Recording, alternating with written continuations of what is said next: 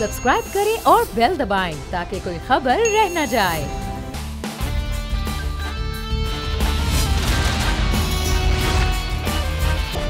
अस्सलामु अलैकुम। The special report with Mudassar Iqbal के साथ हाजिर खिदमत है। नाजरीन, एक जानिब तो आवाम परेशान है कि इस वक्त सूरत हाल मुआशी तौर पर खासी मुश्किलात का शिकार है आम आदमी के लिए, लेकिन दूसरी जानिब अब ये साल जिसे कहा जा रहा है कि इलेक्शन ईयर है, जिसके बारे में अब हुकूमत के अंदर भी इत्तेहादी जमातें इलेक्शन की बात कर रही हैं, लेकिन इलेक्शन का हवाला शायद हुकूमत की सबसे बड़ी जमात पाकिस्तान मुस्लिम नून की जानिब से नहीं आ रहा है। लेकिन अब कुछ इख्तलाफात सामने आना शुरू हो गए हैं। इन इख्तलाफात को रोकने के लिए वज़ीर आज़म ने यह भी कह दिया कि किसी भी किस्म की कोई बयानबाजी पाकिस्तान मुस्लिम नून के रहनुमा न करें, लेकिन उसके बावजूद बयानबाजी भी चल रही है और प्रोग्राम में बात भी हो रही है। ये बात का आगाज़ तब हुआ जब ये बताया गया कि 25 अरब रुपए सिंध के सैलाब मुतासरीन के लिए नहीं रखे गए, और उसके बाद स्वात के जलसे में पाकिस्तान पीपल्स पार्टी के चेयरमैन बिलावल भुट्टो ने खिताब करते हुए कहा कि फिर बजट के इजलास में हम नहीं बैठेंगे अगर सैलाब मुतासरीन के ये पैसे ना रिलीज़ किए गए। उसके बाद ये पैसे भी रिलीज़ कर दिए गए और चेयरमैन पीसीबी के जब मामला था वो भी हल हो गया है। तो क्या पाकिस्तान मुस्लिम नून जो सबसे बड़ी जमात है वो घुटने टेकने पर मजबूर हो गई है पाकिस्तान पीपल्स पार्टी के सामने, और अब क्या मामलात वाकई हल हो गए हैं या अगले आने वाले दिनों में कुछ मामलात और मज़ीद मुश्किलात का शिकार हो सकते हैं? इन तमाम तो सूरत हाल पर इस्लामाबाद की फ़ज़ा कैसी है, क्या सूरत हाल बन रही है?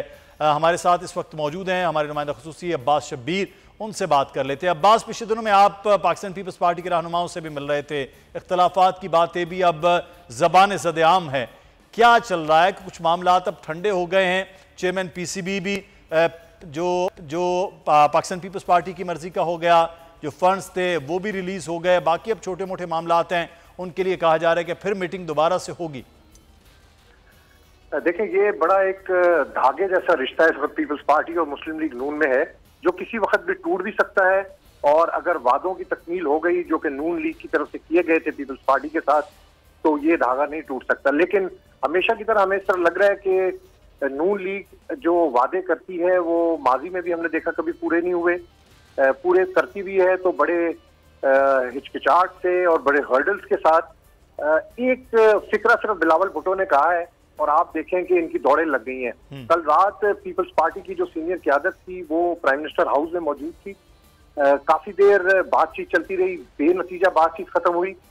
पीसीबी चेयरमैन की जो अपॉइंटमेंट थी, इससे पहले अगर हम नादरा के चेयरमैन की बात करें तो उस पर भी पीपल्स पार्टी को काफी तहफ़्फ़ुज़ात थे उनके रिमूवल के ऊपर, लेकिन वो उनकी बात इसलिए मान ली गई कि जब पीडीएम की हुकूमत बनी थी मुदस्सर भाई, उस वक्त ये तय हुआ था कि जिसके पास वजारत होगी उसके पास ही जो रेलिवेंट डिपार्टमेंट्स हैं वो उसके पास होंगे। तो अब पीसीबी चेयरमैन के मामले के ऊपर अगर हम आते हैं तो रात को नजम सेठी साहब ने ट्वीट किया है, आज मैनेजमेंट कमेटी की उन्होंने मीटिंग बुलाई है जो कि गैर कानूनी और गैर आईनी है। इससे लगता है कि अभी भी वो कुछ हर्डल्स क्रिएट करना चाहते हैं, अपनी मर्जी के बंदे बोर्ड ऑफ गवर्नर्स के अंदर अपॉइंट करना चाहते हैं, या मामला कुछ और है। लेकिन आपने जो इंट्रो दिया कि ये मामलात इस वक्त एक धागे की तरह है, मैंने आपको बताया कि अगर ये कमिटमेंट्स पूरी ना हुई, इसमें बीच में हर्डल्स डाले गए, तो आसिफ अली जरदारी और पीपल्स पार्टी की तरफ से बड़ा क्लियर मैसेज है कि वो किसी भी इंतहा पे जाने से पीछे नहीं हटेंगे, क्योंकि बजट भी अभी इन्होंने अप्रूव करवाना है। और पीपल्स पार्टी ये बार बार ये बात करती है कि इस वक्त जो शहबाज शरीफ की हुकूमत है वो पीपल्स पार्टी की मरून मिन्नत है, पीपल्स पार्टी की वजह से हुकूमत बनी है। तो अब जो पीपल्स के साथ वादे हैं वो पूरे किए जाए, इसके साथ वो वादे पूरे किए जाए, हर्डल्स न डाले जाए, क्योंकि अभी भी इस तरह बाज़ाहिर महसूस हो रहा है कि पीसीबी चेयरमैन के लिए जो ज़का अशरफ का नाम आज वजीर आजम हाउस की तरफ से मंजूर किया गया है, जो नॉमिनेशन भेजी गई थी उसको मंजूर तो कर लिया गया है, लेकिन अभी भी नजम सेठी साहब पीछे हटने को तैयार नहीं है। अभी भी कुछ लीगैलिटीज और कुछ आउट ऑफ द टर्न कानूनी और गैर आईनी चीजें उनके और उनकी टीम के माइंड के अंदर है कि किसी तरीके से इसको डिले किया जाए या इसको रोका जाए।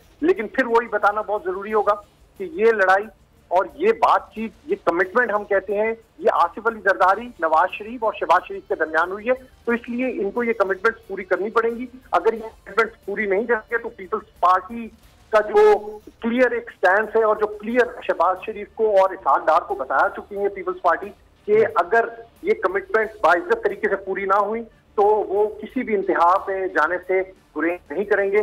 तो अब देखते हैं कि जो बजट का मामला है उसमें पीपल्स पार्टी की कितनी बात मानी जाती है, जो ज़का अशरफ साहब की ट्रांजेक्शन का पीरियड है वो किस तरीके से होता है, क्या वो बहुत आराम से हो जाता है या उसमें कोई हर्डल्स डाली जाएंगी, ये आइंदा 2 दिनों के अंदर ये चीजें बड़ी क्लियर हो जाएंगी। ठीक है, तो ये अब देखना है अगले आने वाले दिनों में मामला किस जानिब होते हैं।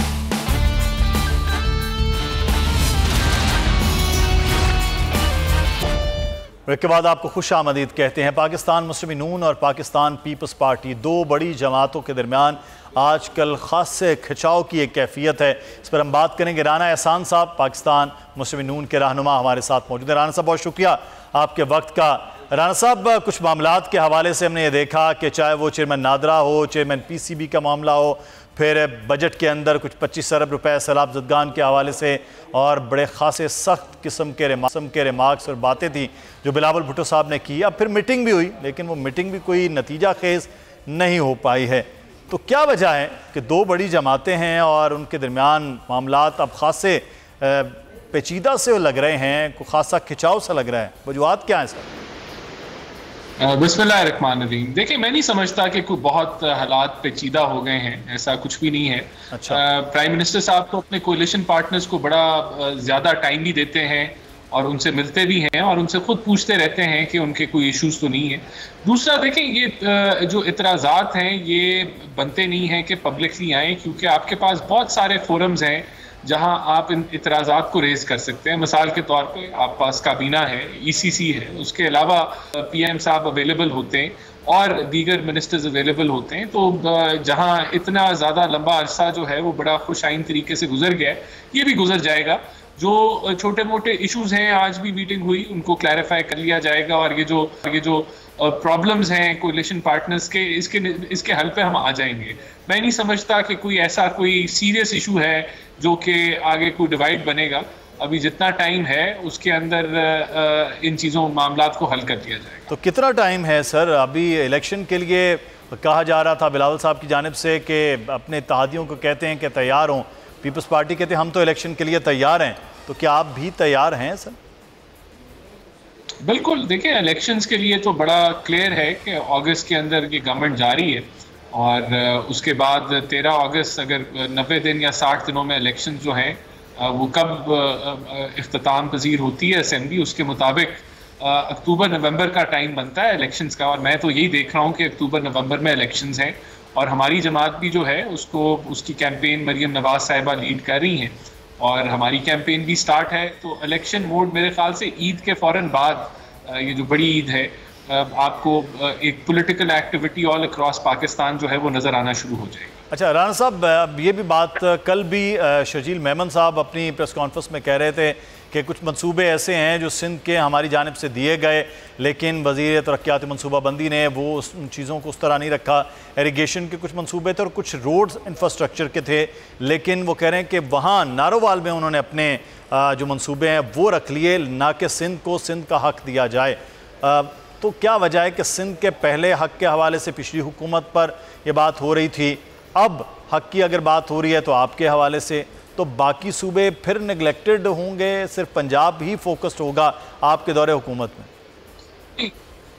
कतन नहीं। देखें, ये PSDP का हमेशा इशू होता है, हर सूबे की कोशिश होती है कि उसके सूबे में ज़्यादा इन्वेस्टमेंट हो। ये PSDP भी जब बनाया गया तो सारों से मुशावरत की गई, सबकी रिकमेंडेशंस आई और फिर इसको फाइनलाइज किया गया।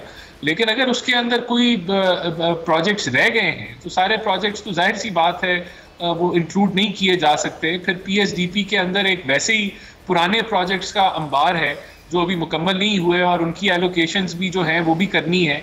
फिर नए प्रोजेक्ट्स उसमें अगर ऐड कर दिए जाएं, अभी जो थ्रो फॉरवर्ड है PSDP का वो 15-16 साल का है, तो इसके अंदर मजीद अगर नए प्रोजेक्ट्स ऐड किए जाएंगे तो थ्रो फॉरवर्ड और आ जाएगा। तो ये तो एक नेशनल एजेंडा के प्रोजेक्ट्स होते हैं, तो इसके अंदर अगर वो समझते हैं कि कोई इम्पोर्टेंट मंसूबे जो हैं वो रह गए हैं तो वो इंक्लूड किए जा सकते हैं और वो ये मसाइल हल हो जाएंगे। लेकिन फिर मैं रिपीट करूंगा कि ये फोरम मीडिया या पब्लिक अरीना नहीं था। ये फोरम जो था ये काबीना और प्लेटफॉर्म्स जो अवेलेबल हैं कोलिशंस को अपने एतराज़ात रेज करने के लिए, वहाँ रेज किए जाते तो बेहतर है। लेकिन अभी भी जो इश्यूज हैं उनका हल ढूंढ लिया जाएगा। अच्छा, आखिर में एक चीज़, या आप इकनॉमिक अफेयर के मामलात हुकूमत के साथ देख रहे हैं मिलकर, सर ये 42 दिन की हुकूमत इस बजट के स्टार्ट होने के बाद रह जाएगी, तो बाकी फिर किसके सहारे ये सारी चीज़ें और इतने बड़े बड़े मामलात जो है वो आपने कर दिए हैं आगाज़, कि वो फिर केयर टेकर गवर्नमेंट इस तरह से चीज़ों को चला पाएगी कि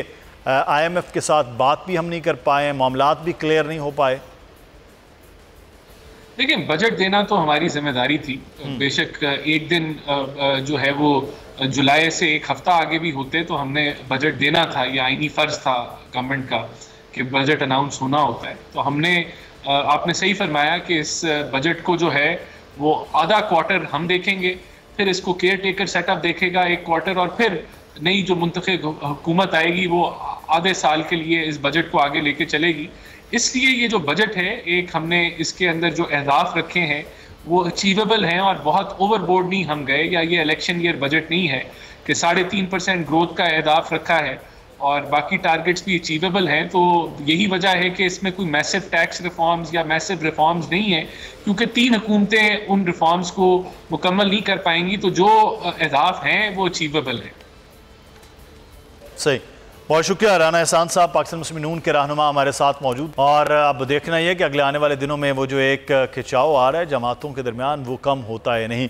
नाज़रीन, एक बड़ा अहम मामला है इस वक्त, और वो है जब यूनान कश्ती का हादसा हुआ उसके बाद बहुत से सवाल उठ रहे हैं कि इसकी ज़िम्मेदारी किस पर है। क्या ये ज़िम्मेदार रियासत है, ममलिकत है, हुकूमत है, या फिर ज़िम्मेदार हमारा मुआशरा है जिसमें वालिदैन हैं, वो ख़ुद बच्चे हैं, हमारी तरबियत के मामलात हैं और मुआशी जो मामलात हैं वो इसको दरपेश हैं।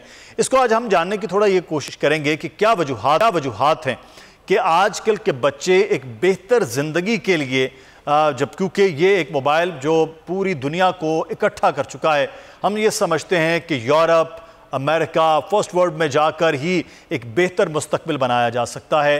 क्या वहाँ जाना और गैर कानूनी तरीके से, हर गलत तरीके से वहाँ जाना, या यहाँ पर रहकर गलत तरीक़ों से एक रिज़्क़ का कमाना, रोज़ी का कमाना, ये नौजवानों के अंदर तेज़ी के साथ क्यों बन रहा है? एक नौजवान जिसने ग्रेजुएशन किया है, पढ़ा लिखा है, वो चाह रहा है कि अगले 2-3 साल में उसके पास एक अच्छी गाड़ी हो, अच्छा उसके पास घर हो, उसका लाइफस्टाइल बेहतर हो। ये चीज़ें अब तेज़ी के साथ इस तरह क्यों हो रही हैं? नौजवानों के अंदर किस चीज़ की है वो तेज़ी, अनसर्टेनिटी? इस पर हम बात करेंगे। इस वक्त हमारे साथ डॉक्टर मुइज़ हुसैन साहब, माइंड साइंसेस को बहुत बेहतर तौर पर समझते भी। डॉक्टर साहब, शुक्रिया आपके वक्त का। एक वक्त था कि बच्चों के ऊपर ये होता था कि मेहनत करेंगे और फिर ये मकाम हासिल करेंगे और वहाँ तक पहुँचते हुए हमारे बालों की सफ़ेदी होगी। अब बच्चे मोबाइल पर हैं, अभी ग्रेजुएशन मुकम्मल है या किसी और चीज़ में इन्वॉल्व हैं, तो कह रहे हैं कि बस सब कुछ दुनिया का वो मिल जाए। ये इतनी तेज़ी क्यों आजकल के बच्चों में ये हो रही? बिस्मिल्लाहिर्रहमानिर्रहीम जी। देखिए, चंद चीज़ें बड़ी इंपॉर्टेंट है। बेसिक हुकूक जो हर इंसान को मुयस्सर होने चाहिए। फॉर एग्जाम्पल, उसका हक है खुश रहने का, उसका हक है अच्छी नींद का, उसका ही हक है कि उसकी जिंदगी, उसका माल, उसकी इज्जत नफ्स महफूज है। ये बेसिक ह्यूमन राइट्स है जो हर इंसान को मुहैया होने चाहिए। बिल्कुल। अब हम जिस जमाने की बात कर रहे हैं, इस जमाने में इंफॉर्मेशन इतनी ज्यादा आ रही है और इतनी तेजी से आ रही है कि आज का बच्चा जब मोबाइल फोन यूज करता है तो वो देख रहा है कि दुनिया के किस ममालिक में अपॉर्चुनिटीज है। वो अपने मुल्क को जब देखता है तो यहाँ तो ये हालत है जैसे किसी इलाके में कहत पड़ा हो और वहां से लोग नकल मकानी करके किसी और इलाके में जाते हैं। तो पाकिस्तान में इस वक्त एक कहत का आलम है, चाहे आप माने या ना माने। जिंदगी गुजारना दुश्वार है। बच्चा अगर मेहनत करके डिग्री हासिल करता है तो उसके पास जॉब नहीं है। छोटा मोटा बिजनेस करता है, उसके अंदर उसके ऊपर इतने टैक्सेस उसको देने पड़ते हैं कि उसके घर में कुछ नहीं बचता। तो वो क्या करे? वो सोचता है मैं बाहर चला जाऊं, और वो इंफॉर्मेशन उसको अवेलेबल है। मैं आजकल हैरान हूं, सोशल मीडिया पे आप देखें इतनी मालूमात आ रही है कि फला मुल्क का वीजा मिल रहा है, इतने लाख डॉलर में आप उस मुल्क की नेशनलिटी ले ले। ये सब इसलिए हो रहा है कि दुनिया के अंदर अब ये इंफॉर्मेशन आ रही है कि जी कई ममालिक ऐसे हैं जिनको पैसा चाहिए, अगर आपके पास पैसा आप वहां चले जाए, नेशनलिटी बन जाए और उनकी रेवेन्यू आ जाए। तो हमारा बच्चा चूंकि इंफॉर्मेशन देख रहा है, मिल रही है उसको, तो उसके जहन में सोच आती कि मेरा मुस्तकबिल क्या हो। ये हकीकत है, इसमें सब हर कोई जिम्मेदार है। इसमें फॉर एग्जाम्पल रियासत भी जिम्मेदार है, हुकूमत भी जिम्मेदार है, सियासतदान जिम्मेदार है, वो तमाम लोग जिम्मेदार है कि जिन पे ये फर्ज था कि इस मुल्क में रहने वाले शख्स को रात को भूखा ना सोए, उसकी इज्जत, जान और माल महफूज हो, और सबसे बड़ी बात है आजादी राय हो उसकी, कि वो अगर वो समझता है किसी चीज पे बात करना तो उसको बात करने दिया जाए। तो ये सब वो सिचुएशन है जिस सिचुएशन में हमारा बच्चा डिप्रेस्ड या फिर बहुत ज्यादा गुस्से में, तो फिर ऐसे इकदाम करेगा, बाहर निकलने की कोशिश करेगा। किसी जमाने में एक थीम थी दुबई चलो दुबई चलो, अब दुबई लोग छोड़कर किसी और मुल्क जा रहे कि जहां कम से कम हमें इज्जत के साथ जिंदगी गुजार सके, पेट भर के खाना मिल सके और हमारे बच्चों का मुस्तकबिल महफूज हो। लेकिन जो रास्ता मुझे सब शुरू किया गया, ये बहुत सालों से, दहाइयों से बल्कि, ये गैर कानूनी तरीके से यूं जाना, और ये अपनी जान, अब मालूम भी है, अब तो वीडियोस भी आती हैं, लोगों को भी मालूम है, और जाते हुए भी उनको मालूम होता है कि डंकी करके जाना जो है वो एक खासा मुश्किल और जान जोखों का काम है। उसके बावजूद अपनी जान इस तरह से कर देना, ये कुछ समझ से बालातर होता है कि पीछे अपना ढो डंगर भी बेच के, ज़मीन बेच के, जेवर बेच के, और फिर ये जाना, ये कुछ समझ से बालातर है। इसलिए कि देखें आपके पास चॉइस क्या है। अगर आपको यहाँ पे इज्जत वाली जिंदगी मिलती हो, नौकरी मिलती हो, कारोबार आपका चलता हो, तो पाकिस्तान से बाहर जाने, मैं दुनिया में घूमता हूँ, खुदा गवाह है, मेरे अपने बेटे अमेरिकन नेशनल है, वो कहते हैं आपको ग्रीन कार्ड दे दें, मुझे नहीं चाहिए, क्योंकि मुझे पता है कि मेरे पाकिस्तान में सिचुएशन मेरे लिए बहुत अच्छी है, मगर अक्सर पाकिस्तानियों के लिए अच्छी नहीं है। तो जिनके लिए अच्छी नहीं, उनके पास चॉइस क्या है? उनके पास चॉइस ये कि वो बाहर जाए। अच्छा, बाहर जाने के लिए वीजा चाहिए, वीजा के लिए आपका बैंक स्टेटमेंट बड़ा जरूरी है जो आपके पास नहीं है, तो वो क्या करेगा? वो फिर जो गैर कानूनी तरीके उससे जाता है, उसमें अपनी जान गंवाता है। बहुत अफसोसनाक वाकया था ये। हम सब पाकिस्तानियों के लिए ये मतलब एक ऐसी चीज है कि हमारी आंख खुल जानी चाहिए कि हमारे मुल्क में ये हालत है कि बच्चे अपनी जान को खतरे में डालकर पाकिस्तान से बाहर जाने की बात कर रहे हैं, तो क्यों ना पाकिस्तान के हालात ऐसे हो कि हमारे बच्चे यहीं रहे और यहीं उनको रोजगार मिले। सर अच्छा, एक चीज़ मैं थोड़ा सा इसमें ऐड करूंगा डॉक्टर साहब आपकी इजाज़त से, कि आप ये देखें कि एक मखसूस इलाका है जहाँ से सबसे ज़्यादा बच्चे, यानी कि गुजरांवाला डिवीज़न, गुजरात डिवीज़न है, और कश्मीर का कुछ एरिया है यहाँ से। अब आपको इसी तरह से जनूबी पंजाब या इंटीरियर सिंध या अर्बन सिंध यानी कराची, हैदराबाद में, या इवन लाहौर सिटी में ये बच्चों का और ये नेक्सस का जो खुद FIA बता रहे हैं वो बहुत कम है, बहुत रेयर है इस तरह से। तो ये भी वहाँ ये है कि जी वो गया, उसका बेटा गया, फ़लाँ का गया, फ़लाँ कज़न गया।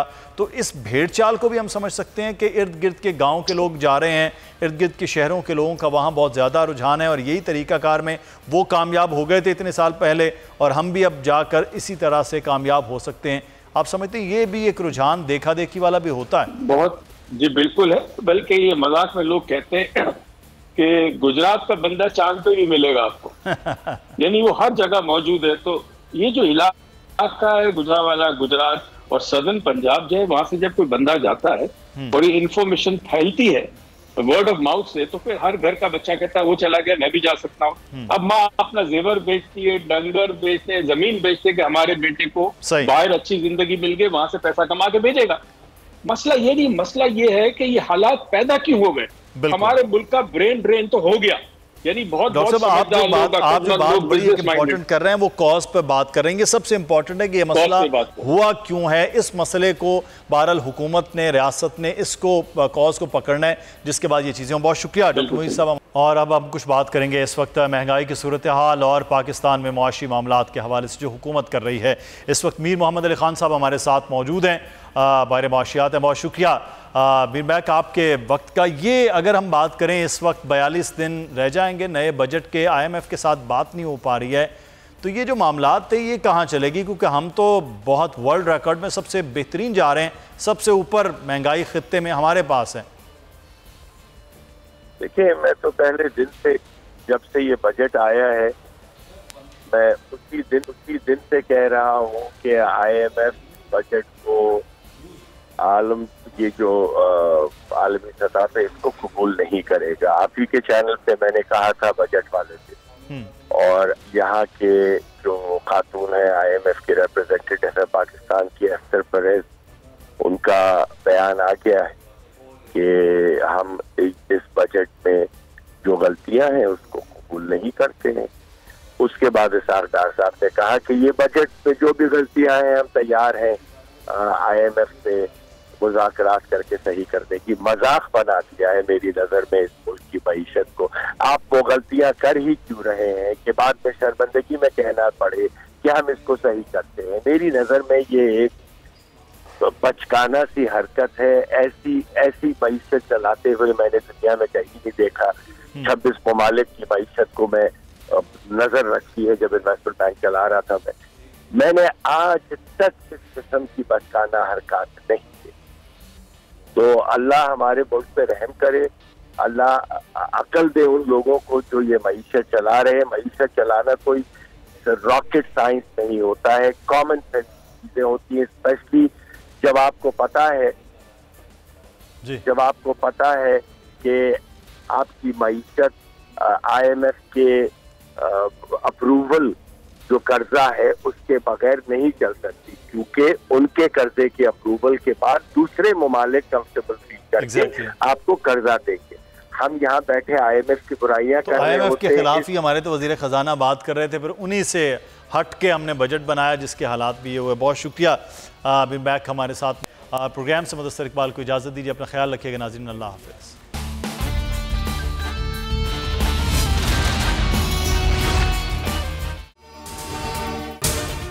अगर आपको ये वीडियो पसंद आई है तो सब्सक्राइब कीजिए और बेल आइकॉन को प्रेस कीजिए। मेयर कराची के इंतखाब की जंग, बोल ने फिर छोड़ दिया सबको पीछे। इस वक्त मुर्तजा वहाब मुंतखब हो गए हैं मेयर कराची, ये ऐलान कर दिया गया है बाकायदा तौर पर। अब सहाफती रिवायत रखी बरकरार, बोल ने दिखाई सबसे बड़ी ट्रांसमिशन। मैंने आपको कहा था नंबर गेम में जमात इस्लामी के पास नंबर पूरे नहीं है। लम्हा बलम्हा की सूरत हाल से किया बाखबर आवाम को। रेंजर्स के एहलकार और पुलिस के एहलकार हैं वो हाई अलर्ट है और वो इस बात की कोशिश कर रहे हैं कि अब कोई नाखुशगवार वाक़या जो है वो रूनुमा ना हो सके, क्योंकि बोल है सबसे पहले सबसे आगे। सब्सक्राइब करें और बेल दबाएं ताकि कोई खबर रह न जाए।